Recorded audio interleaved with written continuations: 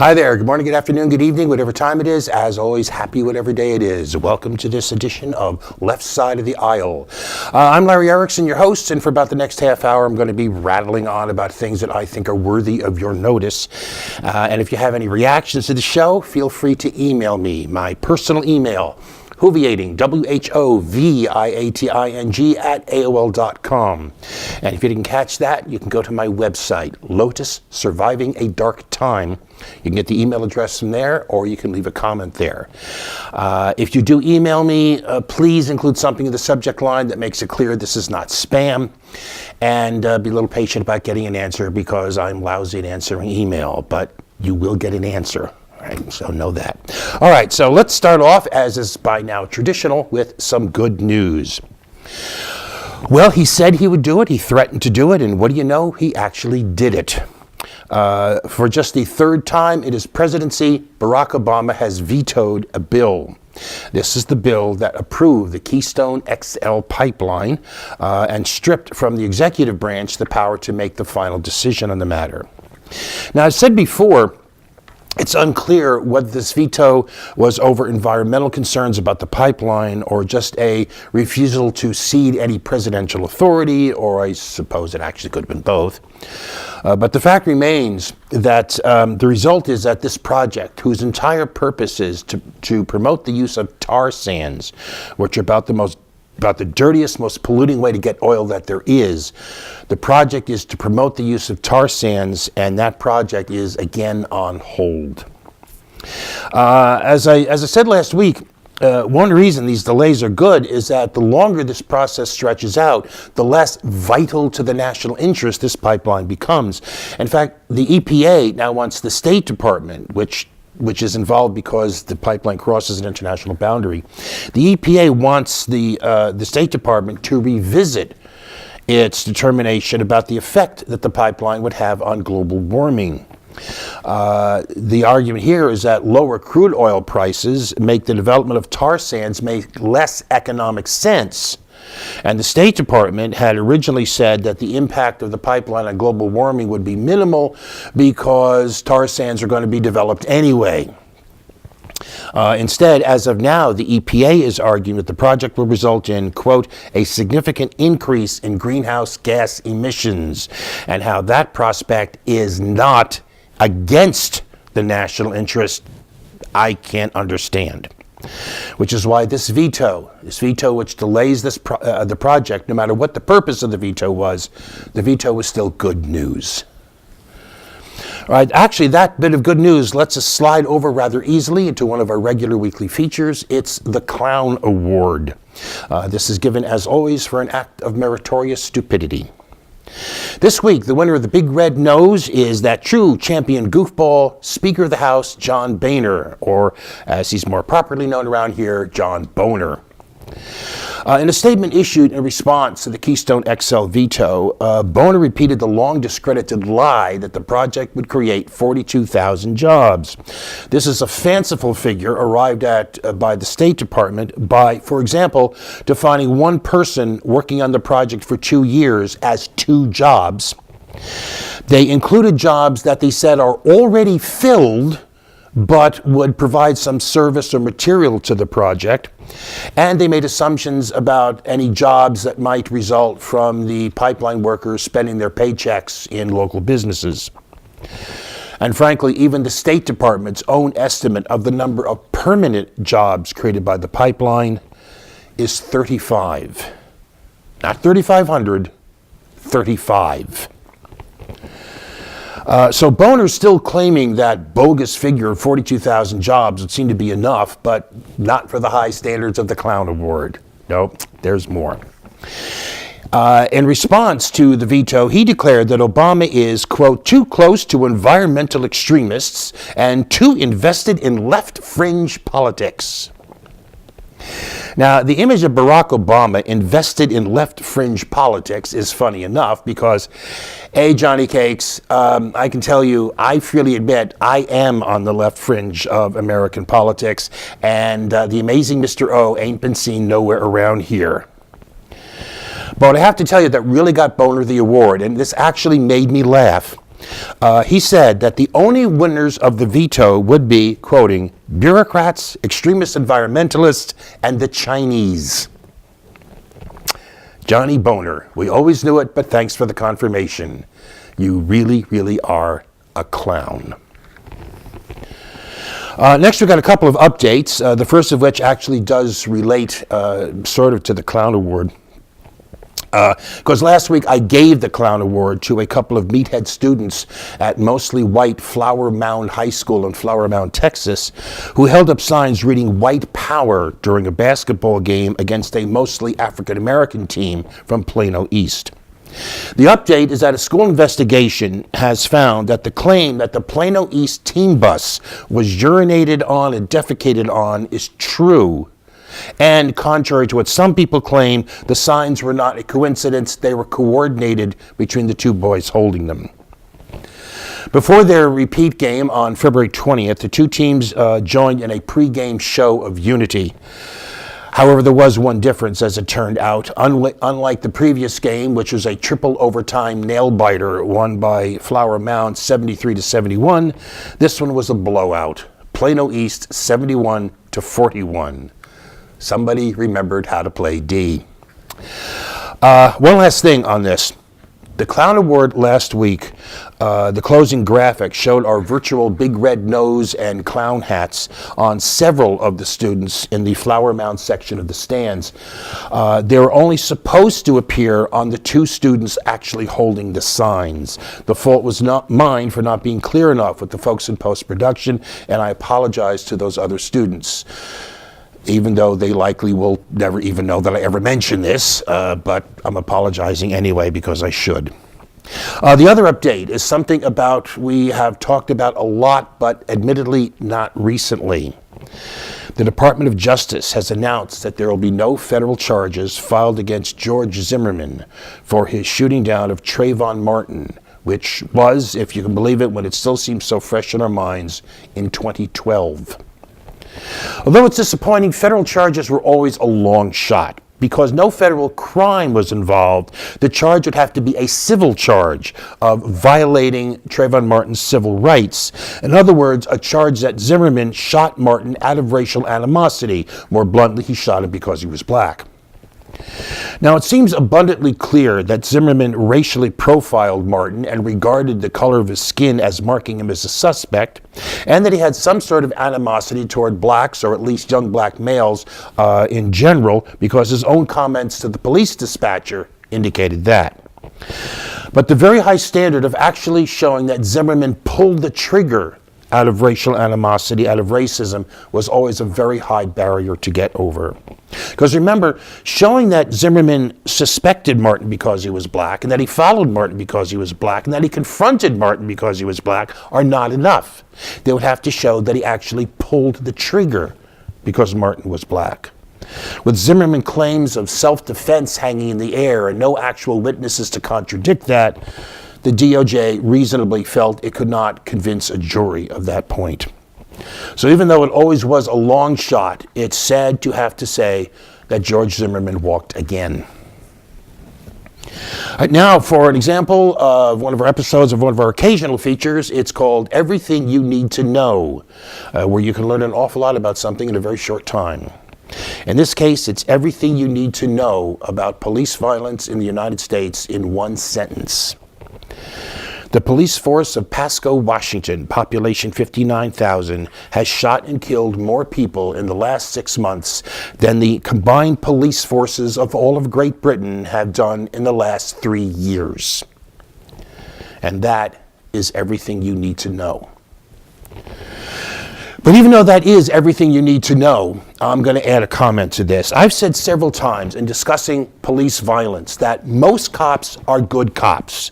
Most cops are trying to do the best, the most professional job they can for their communities and for the people around them. But for that very reason, it is vital that those good cops stop shielding the bad cops. A recent study, in fact, I think I quoted this last week, a recent study of the New York Police Department revealed that just 5% of the cops in New York account for 40% of all the claims of police mistreatment, of police brutality, of excess force. In fact, over half of the NYPD have no complaints against them at all. That 95% of the NYPD has to stop protecting that 5%. Those cops who want to do the right thing, who want to have good relations with the community, those cops who are not going to reach for the club or the taser or the gun at the least provocation, those cops who do not want to divide the world into cops and suspects, they have got to stop shielding those who do. They have got to step up, they've got to speak up. Now, is that professionally risky? Absolutely. Is it personally risky? Frank Serpico, who after he became a whistleblower said that his calls for police backup got answered slowly, if at all, he'd probably say yes. But then again, we're always being reminded how dangerous police work can be, so maybe you should just regard this as another risk that comes with the job. Speak up. Which actually, that brings us to an occasion of our Hero Award. Now, to get a Hero Award, you don't have to be an all-around great person. You just have to, at some point, on some matter, big or small, do the right thing. This is a good example of that, because the Hero Award this time goes to Ron Smith. He is the president of the Seattle Police Officers Guild, the local police union. In 2011, the DOJ found that the Seattle Police Department had, quoting, engaged in a pattern of excessive force that violates the Constitution and federal law, unquote, and which also raised serious concerns that the force had been engaged in discriminatory policing. The city agreed to remedial actions, but in the time since, Smith has been critical of those efforts and has defended several cops who were accused of unnecessary force and abuse of authority. However, on February 18th, in an interview with the Seattle newspaper The Stranger, Smith said he is now telling new cops, you have to treat all people the same. They hired you because they thought you were going to be able to work in a diverse community, and if you can't, well then, I guess there are still places across the country that aren't diverse, so go work there, but those won't last forever. In other words, he's telling them, to put it more bluntly, get with the program, cut the crap, be prepared to work in a diverse community and treat everybody the same, or get out of the Seattle Police Department. Now, it would have been better if he'd actually said that if you can't work without bias in a diverse community, that you can't be a cop at all, but this is a good start. And for making that good start, for stepping up, Ron Smith is a hero. All right, one last thing before we go to break. We have an RIP this week as another small part of my youth has dropped away, and it's coming to the point where it seems that there are more gaps than there are solid places. Leslie Gore has died of lung cancer at the age of 68. Now, although she had a string of hits in the mid-1960s, she's likely best known for her very first hit, It's My Party, and one that became a sort of defiant feminist anthem called You Don't Own Me. Her star faded in the late 60s as hard rock, acid rock, and psychedelia just basically musically supplanted girl group and boy group ballads. But she continued to perform and started writing her own songs, including one which was in the movie Fame and was nominated for an Oscar. She leaves behind her brother, her mother, and her partner of 33 years, Lois Sasson. So, R.I.P. Leslie Gore. And we're taking a break.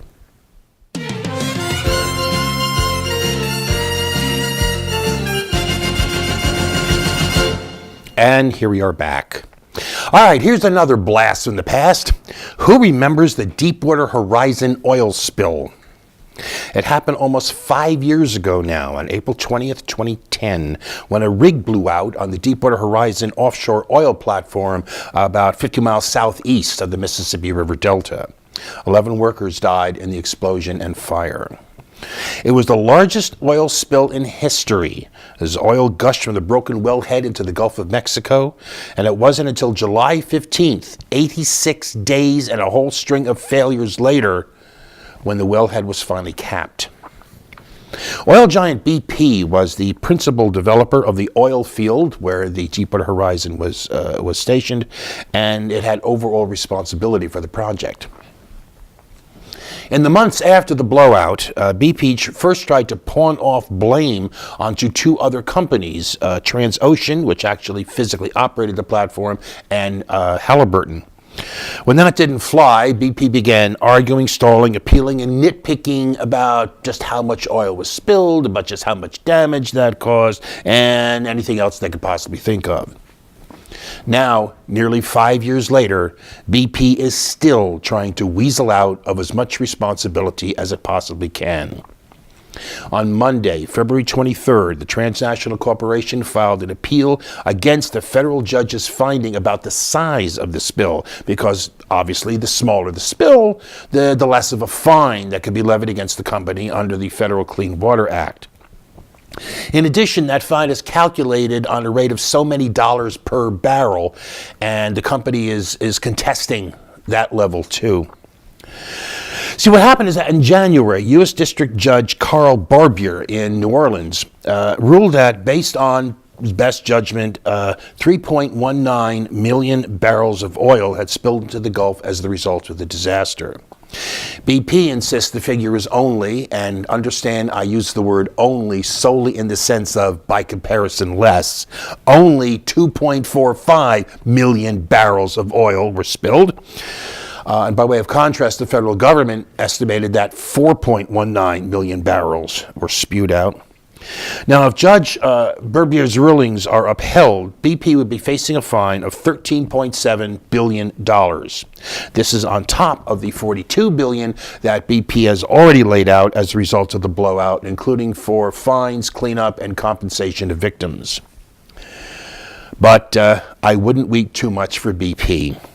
Its gross profit for 2013, which is the last year for which I could find an annual total, its gross profit for 2013 was over $53 billion on total revenue of nearly $380 billion. And if you still somehow feel sorry for BP, remember that about 810,000 barrels of oil were collected during the cleanup from the Deepwater Horizon blowout.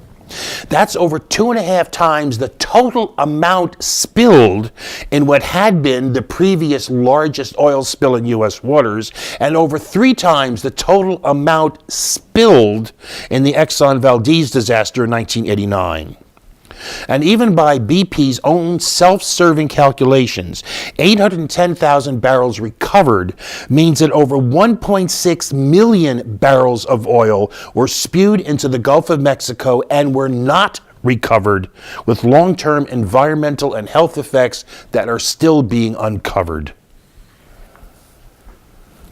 All right, now we're going to move from there to one of our other regular weekly features, the Outrage of the Week, as if that wasn't outrageous enough. Wisconsin Governor Scott Walk-all-over-you wants Wisconsin to institute drug testing for applicants for public assistance. He is far from the first. Over the past few years, a good number of states have introduced programs to require applicants for public assistance, and particularly applicants for what's now called TANF, T-A-N-F, Transitional Assistance for Needy Families. This is what we used to call welfare. Particularly requiring applicants for TANF to be screened to undergo drug tests, with the claimed idea of fighting drug abuse and encouraging drug abusers to get back into the workforce. Florida tried this, requiring everyone who was applying for assistance to get tested. The program was not only a flop, it wound up costing Florida money and got tossed out by a federal judge as an unconstitutional violation of the right to privacy. And that decision came after the program had shown a rate of drug use among people on public assistance of just 2%, which is a quarter of the rate of drug use among the population as a whole, according to federal estimates. Now, after that federal court decision, other states still started using screening procedures. They were trying to, not test everybody in order to get around the constitutional restrictions. It didn't really help. Minnesota tried a drug testing program. It was another flop. Only 0.4% of participants in the state's main cash benefits program had the felony drug convictions that the program examined, as compared to 1.2% of the state population as a whole. Utah tried it, using a method to screen to see who would have to be tested. A year later, exactly 12 people had tested positive. That's a positive rate of drug use of 0.2% of the total number of people receiving benefits, compared to an estimated 6% rate among the state's population as a whole. Tennessee has just tried it, and after the first 6 months of its program, found 37 people testing positive out of 16,000 applicants for assistance. That's a rate of less than 0.25% in a state where the overall rate of drug use is estimated at 8%. We have seen this over and over and over again in state after state after state. Applicants for public assistance overall have a lower rate of drug use than the population as a whole. But still this persists, failure after failure. 12 states have enacted such laws, and according to the National Conference of State Legislature, bills to accomplish essentially the same thing have been introduced in 10 states so far this year, states ranging from Maine to Texas to Montana. So why? What is the point? After all these failures, what is the point? What is the reason for continuing to do these programs? Well, an unintentionally revealing answer was given by Tennessee State Representative Glenn Casada. And referring to the 37 people in Tennessee who were denied benefits because of a positive drug test, he said, quoting, "That's 37 people who should not be receiving taxpayer subsidies because they are not behaving as they are supposed to. If the taxpayers are going to support you, there are certain criteria you need to adhere to." Other supporters elsewhere said that even though the tests have found very low levels of drug use among applicants, they're still good because they have, they say, a deterrent effect, encouraging people who are, they say, prone to drug use to avoid it and thereby be better chances of getting employed. Okay, this, in other words, precisely. Because you are poor, because you are in need of help, because you are struggling, therefore you are no longer a full human being. Therefore, you are morally inferior. Therefore, we have the right and power to judge you, to look down on you. Therefore, we have the right and power to shape you, to correct your obvious failings, to demand that you behave as we tell you to. We have the right and power to humiliate you, to demean you, and you will kowtow and tug at your forelock and kiss our ring, or you can just damn well go hungry and cold. None of these programs are actually about combating drug abuse or getting people into treatment programs or even about good use of taxpayer money. They are about our contempt for the poor, our classist assumptions that those who are poor are simply inferior in some way, morally or ethically or both, and that they somehow deserve their condition. It is cruel, it is bigoted, it is an outrage. All right, finally for this week, we have a brief look at Barack Obama's lovely little war. U.S. officials are openly talking now about a plan for Iraqi military forces and supported by Kurdish forces to take back the city of Mosul from Daesh. The attack is supposed to involve as many as 20,000 troops and may start as soon as April. Mosul is Iraq's second largest city and is the biggest get by Daesh. By the way, Daesh is another name for ISIS. It's based on an acronym created by the first letters of its Arabic name. And Daesh also sounds similar to two Arabic words, one of which means someone who crushes something underfoot, and the other of which means one who sows discord. I understand that ISIS hates the name Daesh, which for me is more than enough reason to use it. The attack on Mosul would be backed by U.S. airstrikes and possibly American ground troops, according to these same officials. Those ground forces would obviously be involved with the amazing Mr. O's approval, but would, we're told, be for special operations and forward air controllers, but but would not, of course, be used for enduring offensive operations, because we won't use ground troops in combat. Oh, perish the thought. No, we just engage in special operations, forward air control, intelligence sharing, and rescue operations, all of which somehow don't involve shooting at anything or getting shot at or anything else that might constitute combat. Oh, wait, I'm sorry. This is not supposed to be an enduring operation, so none of that combat stuff counts. But on the other hand, let's not forget that we have been told again and again that ground troops may at some point be necessary. We were told that as far back as September, when Army General Martin Dempsey, who chairs the Joint Chiefs of Staff, told Congress exactly that. But don't worry. No. None of this will be the start of getting us dragged back into another ground war, because after all, remember, our president won a Nobel Peace Prize.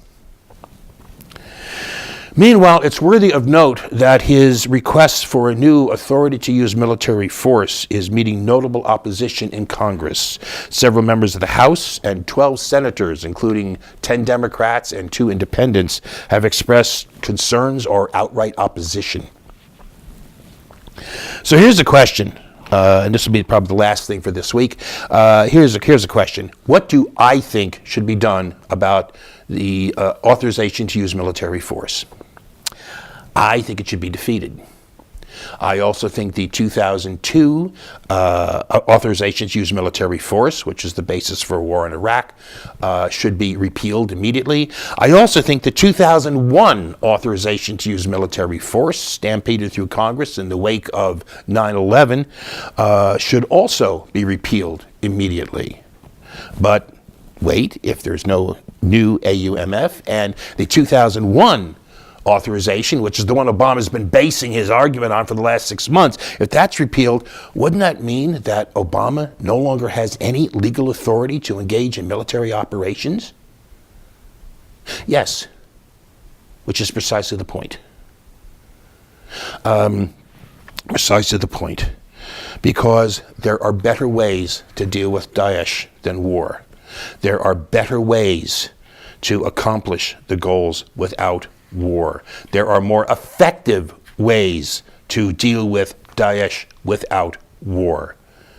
And I'm not the only one who says that. And I'll be talking about some of that and some of those ideas about the better ways to deal, the more effective ways to deal. I'll be talking more about that next week. But for the moment, we're going to wrap up there. And I'm just going to say to you, you just have the best week you possibly can. We will see you next week. And for now, peace.